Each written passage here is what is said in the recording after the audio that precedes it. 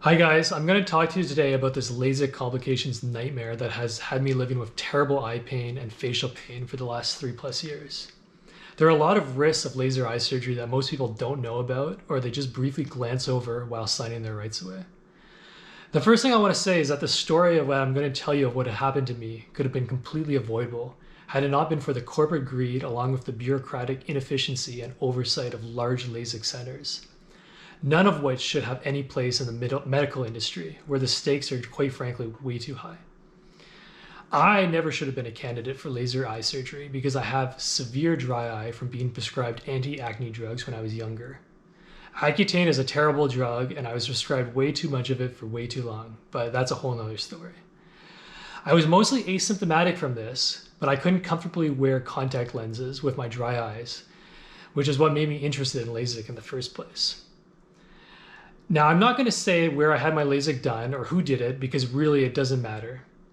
I've spoken with many people all around the world who have very similar stories to me. The place that I went to, though, was very large and they were heavy on advertising. The reason I mention this is because I had a faint memory of hearing somewhere that you might not be able to get LASIK if you had dry eyes. So of course, not knowing anything about LASIK, or really dry eyes even for that matter, I Googled this, and what do you know? The first thing that popped up was an ad for the place where I ended up eventually getting laser surgery done. The ad was specifically targeted at people wondering if they could get LASIK while having dry eyes. And it didn't even answer the question, but instead talk to you about how you could come in for a free consultation in which they would tell you if you were a good candidate. Now, me being a naive 25-year-old who had just finished university and moved to the city, I assumed they must only have the best intentions, so I scheduled my consultation and thought nothing of it. So a little side note here, but did you know in some countries like France, it's actually illegal to advertise for elective surgeries like LASIK? So anyways, the day of the consultation came. They had some technicians. Now note, these aren't even optometrists, they're just technicians doing a few different tests, apparently that determined my candidacy. None of these results were ever shared with me though, until much later when I started having problems and I demanded my medical files. I then saw that they actually did test for dry eye and I came up positive, but they never informed me of it. At the end of the testing, the technician, a little guy who looked younger than I, asked me if I had any questions. So I brought up my original question about how I heard that I might not be a candidate if I have dry eyes. He very reassuringly told me that having dry eyes wouldn't affect the surgery at all, and I would just have extra dry eyes for about 3 months or so after the surgery. So once again, I naively trusted that he was an expert and therefore I had no reason to question what he was saying.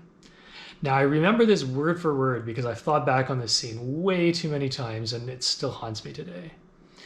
After that, I had nobody else to consult. The surgeon didn't even have a word with me. He just shook my hand and then performed the operation that turned my whole life upside down. Now, what the technician said was half right. Having dry eyes wouldn't affect the surgery itself, but it would make the healing and recovery process nearly impossible.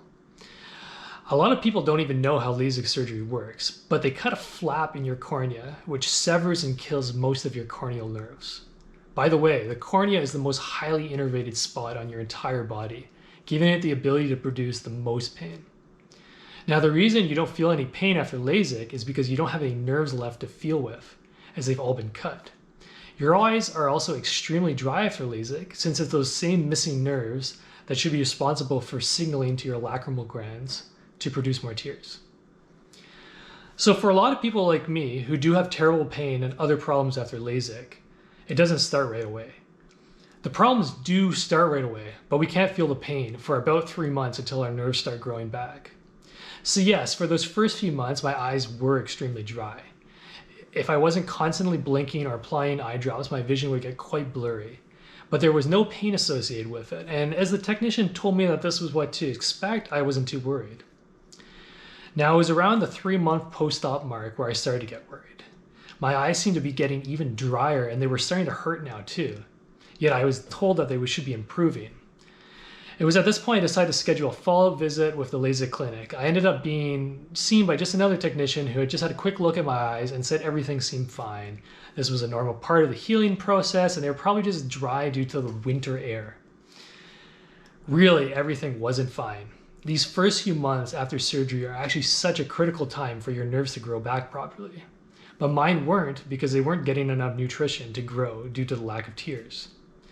Additionally, because there was a bunch of inflammation on my corneas due to my eyes being so dry, this was even further irritating and messing with the nerve growth. And to add insult to injury, because they were so dry, I had to keep using these artificial tears that the Lasik clinic sold me after my surgery, which I found out later contained neurotoxic preservatives, but I was oblivious to this at the time. And no, I'm not making this up. After dropping over $3,000 on Lasik surgery, they wanted me to buy eye drops from them for $20 that they probably just got for free from some kind of partnership deal. So yeah, my eyes were just getting worse by the day, and this was the perfect recipe to end up developing corneal neuropathic pain, which is the dark place where this story is headed. So everything just kept going downhill from there. Every week my symptoms were worse. I had a near constant burning sensation in my eyes, and at times it even spread to parts of my face. I kept going back to the Lasik clinic, but they just didn't seem to take my situation very seriously. They would just prescribe some cyclosporin eye drops that can take months to even know if they're helping you or not. And for me, they just made my eyes worse. At this point, I started to doubt the Lasik clinic and began to do my own research as to what was going on, which is when I discovered how serious these problems could become and what poor treatment I was currently getting. I decided to take things in my own hands and find what doctors I wanted to see and what treatments I needed to try. I went back to the Lasik clinic one more time just to try and get a referral to a dry eye doctor and a prescription for autologous serum tears, and they flat out refused to do either for me. Autologous serum tears are eye drops made out of the serum component of your blood. They're a good treatment for patients with corneal neuropathic pain as they contain a lot of growth factors, which can help your damaged nerves regrow. I was eventually able to start securing some appointments with better doctors and acquire some of these prescriptions and products that I needed for proper treatment. But this wasn't until at least 6 months of my condition steadily deteriorating. If I got proper help sooner, I believe I would be much better off today. The pain would get so bad that I would go to work and I could barely look at the computer screen. And I could hardly think about the task I was assigned as the pain was the only thing resonating through my brain. By this point, I felt like I had somebody just digging their fist into my eye socket, pinching my nose, and setting fire to my other eye, all at the same time.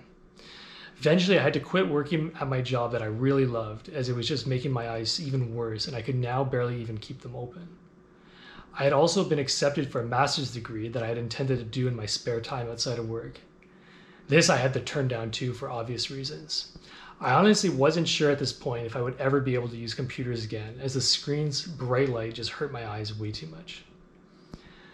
I was unable to work for over 3 months, and all the while I was feeling miserable and hopeless as I just kept spending more and more money to try procedures and products that didn't help me at all or even made me worse, and seeing optometrists and ophthalmologists who were of little to no help.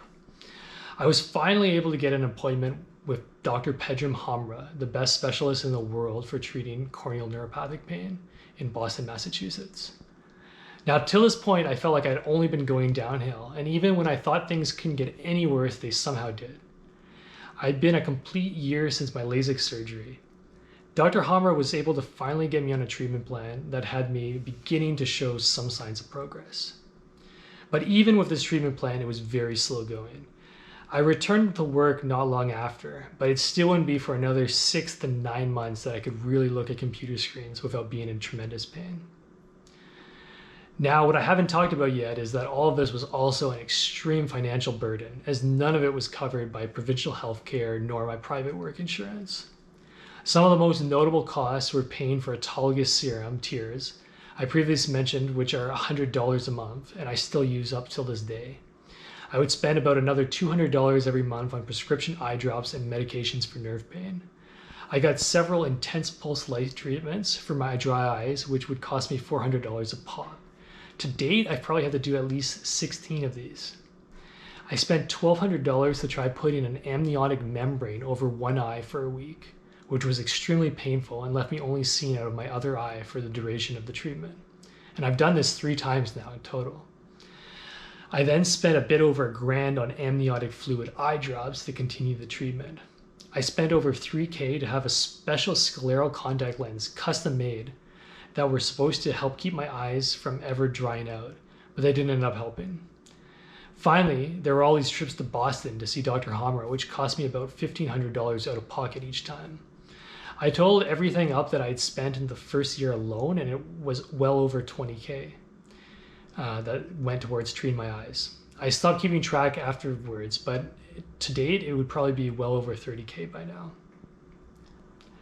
Now, this is a ton of money for me, but honestly, I would give every penny I own if it meant I could just have my old eyes back and be rid of these conditions forever. That's how horrible living with this is. Now, working extremely hard on my treatment, I've made very slow progress over the years. At about the 3-year mark, I could finally say that most of the time, I'm no longer in pain. But this is thanks to a lot of crutches, which if taken away, I would find myself right back where I started. And I know this as I've recently tried to go without them, and it wasn't fun. I have to always keep serum tears on me in a thermos at all times, as I have to use them 8 times a day, and they need to be refrigerated. This makes outdoor travel and camping activities very difficult, and that's very frustrating for me as it's something I love doing. I also have to use steroid eye drops on a daily basis, which leave me at a constant risk for developing cataracts or glaucoma, which I have to regularly go and get tested for. I'm dependent on numerous medications for nerve pain, which leave me feeling groggy and tired most of the day, and also affect my short-term memory. Oh, and I have to wear these really cool moisture glasses all day at work, which help keep my eyes from drying out. And other times I have the opposite problem, as my punctum are plugged. This is where your tears naturally drain from. And it means that if I'm out and it's windy or it's cold, I end up with tears just running right down my face, and I always have to have a tissue on me to dab these away just so I can see properly. So in short, to stay relatively stable, I'm constantly having to take care of my eyes and be very careful of anything that I do and how what I do may affect my eyes. Now, in closing, I also want to add that despite how bad all this sounds, I truly consider myself one of the very lucky ones. I have perfect eyesight, and I was able to go back to work, and I can maintain a life that at least has the outward appearance of normalcy. There's a lot of people who have been messed up far, far worse than I by LASIK surgery, and tragically, more than a few have taken their own lives because of it. You need only go to LASIKcomplications.com or check out their YouTube channel to witness some of these horrific stories. So that's my story up to where I am now. If you're considering LASIK surgery, I suggest you seriously consider these risks. And if you know anyone thinking about getting LASIK, I'd appreciate it if you share this video with them and give this video a like so it can reach more people. If you do decide that you think it's worth these risks, then I really recommend you at least get a second opinion about your candidacy from someone who isn't trying to sell you an elective surgery. And finally, if you do go through with it and you have complications, be your own advocate and demand that you get effective treatment early on. Thanks a lot for watching. I really appreciate it.